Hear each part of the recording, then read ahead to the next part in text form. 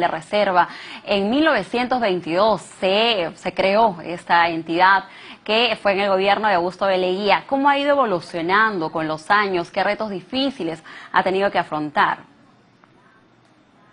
Bueno, son 100 años en los cuales esta institución ha evolucionado. Yo creo un primer hito importantísimo es el año 31, en el cual se instaura la misión Kemmerer.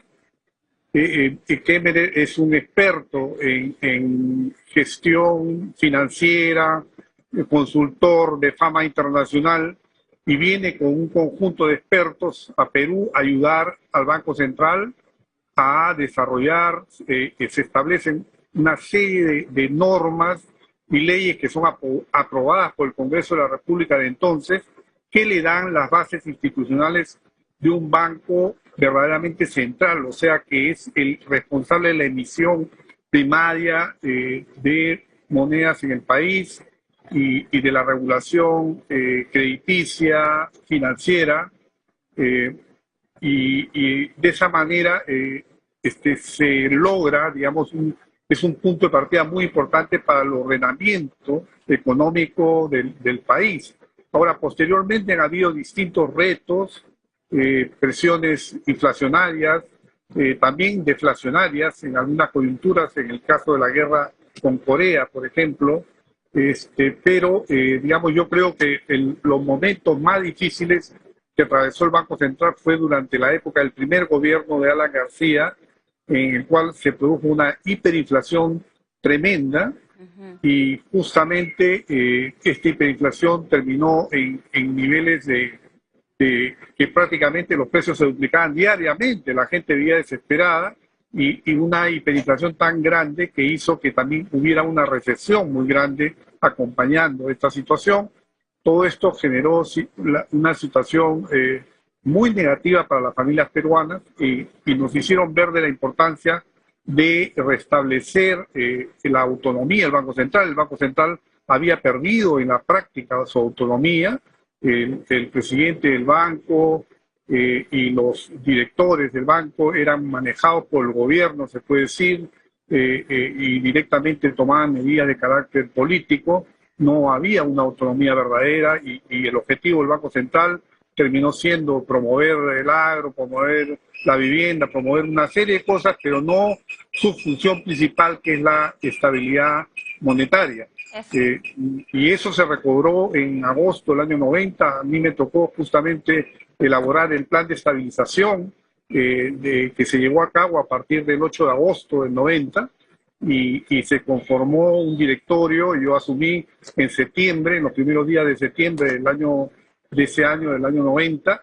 Vine de Oxford, me convocó el ingeniero Fujimori, quien era presidente entonces democrático, y yo salí con el autogolpe en el año 92, digamos, ¿no? Pero mientras él fue un demócrata, me mantuve en el Banco Central y llevamos adelante las principales reformas que han modernizado al país. Y se conformó un directorio en el cual también está presente en ese momento el actual presidente, que es Julio Velarde, y otros, una persona muy importante en esas medidas que se tomaron inicialmente fue Esteban Milixa, que también llegó a formar parte del directorio, que lamentablemente, economista destacado que falleció hace unos años, y que su contribución fue muy notable para todo el encaminamiento de la estabilidad económica y financiera que hasta hoy estamos viviendo. Señor Chávez, bueno, además de darle la estabilidad, ¿no? La estabilidad a nuestra moneda, a nuestro sol, que por cierto viene cada vez mejor, viene recuperando su fuerza, ¿qué otras funciones principales cumple el Banco Central de Reserva en lo que significa también a nivel macroeconomía en el país? El Banco Central tiene, digamos, un manejo diariamente de la tesorería, del mercado, interviene en el mercado, porque sabemos que la política que se instauró en el año 90 es de una flotación sucia, se le denomina, del tipo de cambio, a través del cual el Banco Central interviene en operaciones de mercado abierto, para evitar fluctuaciones de muy corto plazo, especulaciones pero sin definir un curso, una tendencia del tipo de cambio, porque justamente el espíritu de la política monetaria del Banco Central de Reserva del Perú desde entonces es no fijar el tipo de cambio.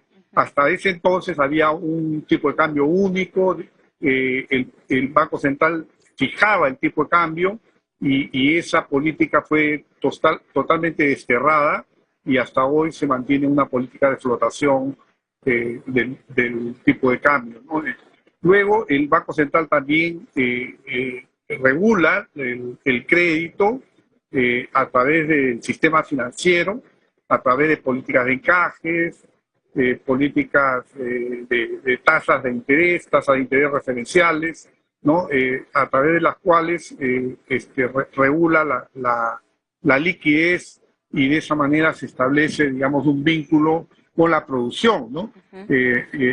Buscando evitar situaciones de expectativas inflacionarias. Con el tiempo, la política monetaria evidentemente ha tenido que perfeccionarse. Ahora está basada en metas definidas en función a expectativas inflacionarias y de esa manera podemos tener una estabilidad que hasta ahora goza el país y también tenemos que celebrar de que hay un directorio actualmente que está manteniendo esta política monetaria a pesar de que ha habido cambio de gobierno y que todavía la credibilidad económica no es completa porque en el plano, digamos, de lo que es el gobierno hay muchas dudas del manejo económico, pero sin embargo a nivel de la política monetaria creo yo que eso está dando la tranquilidad que permite que el dólar esté yendo por un curso más moderado de lo que el temor que se había generado inicialmente. Así es, política monetaria positiva que también va de la mano con el buen manejo de lo que es la inflación, ¿no? Tenemos algunos datos, por ejemplo, solo Ecuador ocupa primer lugar en lo que es uno de los mejores manejos, ¿no?, de la inflación. Ecuador, por ejemplo, tiene 2.7%, Perú 2.8% de inflación, le sigue Chile, que está más abajo con 3.2%, México también está con 4.2, le sigue Paraguay con 4.9, ¿no? Brasil 5.6 de inflación, Uruguay 7.8 y Venezuela tiene 295% de inflación. Mire la diferencia de lo que llevan las políticas monetarias, ¿no? El buen manejo, el buen desempeño de estas políticas que se ven repercutidas en lo que es de manera positiva la inflación, porque ¿de qué vale que tengamos mucho dinero en la mano cuando no tiene valor, ¿no? Y nuestra moneda está bien posicionada. ¿Cómo se dan estas condiciones para tener estos buenos posicionamientos y buenos resultados? Sí, bueno, es fundamental que la toma de decisiones en el directorio del Banco Central se mantenga en un nivel muy técnico, sin interferencia de la coyuntura política o del gobierno de turno. Eso es muy importante, ¿no? Actualmente estamos viviendo en un entorno, además, que se ha complicado por la guerra en Ucrania, que genera nuevas fuentes de incertidumbre que se suman a la política monetaria de la Reserva Federal en Estados Unidos, que se sabe que va a haber alza de las tasas de interés.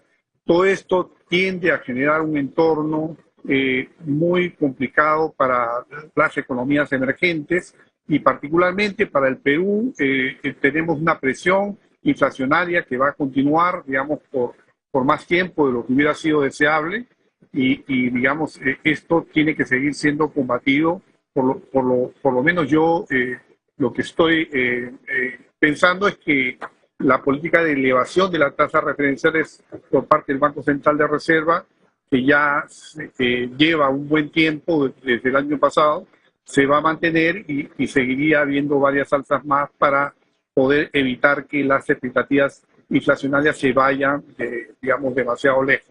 Pero sin embargo, igualmente creo que la inflación este año no va a lograr entrar dentro del rango que es el que establece el Banco Central como meta, que es 2%, ¿no?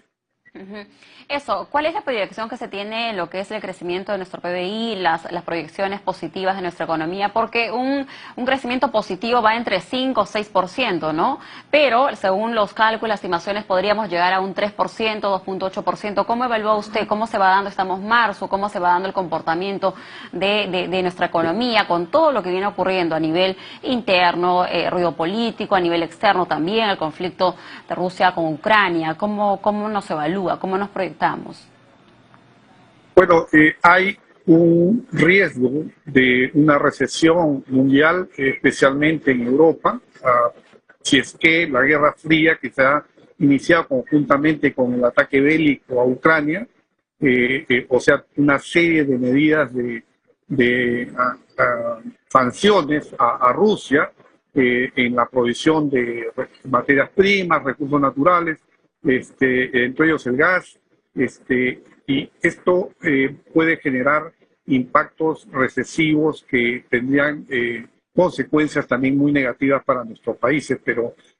considerando de que estas medidas aún no están llegando a su tope, algunos de los anuncios que se han hecho en los cónclaves diplomáticos no se están aplicando a fondo. Por ejemplo, en el caso de los bancos rusos, se anunció que se les iba a excluir totalmente del sistema SWIFT que se utiliza en el sistema financiero europeo, que es un sistema de pagos muy importante, y sin embargo, solo el 5% de las entidades de las operaciones, o sea, de bancos que comprometen solamente el 25% de las operaciones, están, digamos, siendo objeto de esta sanción.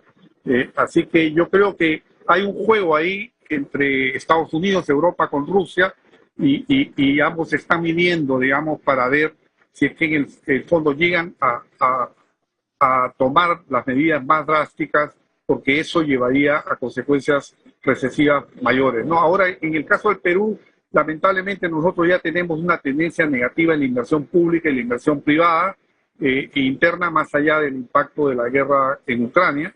Y digamos, esto de por sí ya nos lleva a una desaceleración del crecimiento para este año que calculamos en Maximice que va a estar entre 1,7% y 3,1%. Ahora, si la recesión en Europa se manifiesta en toda su extensión, esta situación podría escalar mucho más y podríamos tener una situación, un cuadro, digamos, de estancamiento para la economía peruana, pero esperemos que esto no sea así. Todavía hay conversaciones, tratos diplomáticos que no se rompen nunca, siempre en paralelo, aún que haya guerra, siempre los diplomáticos tienen que seguir trabajando y creo que, digamos, ahí hay un hilo de esperanza de que esto pueda en algún momento tocar un fondo. Y así también esperamos que sea, ¿no? Que haya este hilo de esperanza, que se pueda un poco retomar el diálogo, que todo pueda superarse prontamente y que finalmente economías como la nuestra no se vean afectadas, ¿no? Muchas gracias por estar con nosotros y desde aquí también extendemos nuestro saludo a todos los que integran el Banco Central de Reserva por estos 100 años. Agradecemos entonces a Jorge Chávez Álvarez, economista, expresidente del BCR. Sí, cómo no. Sí, su saludo.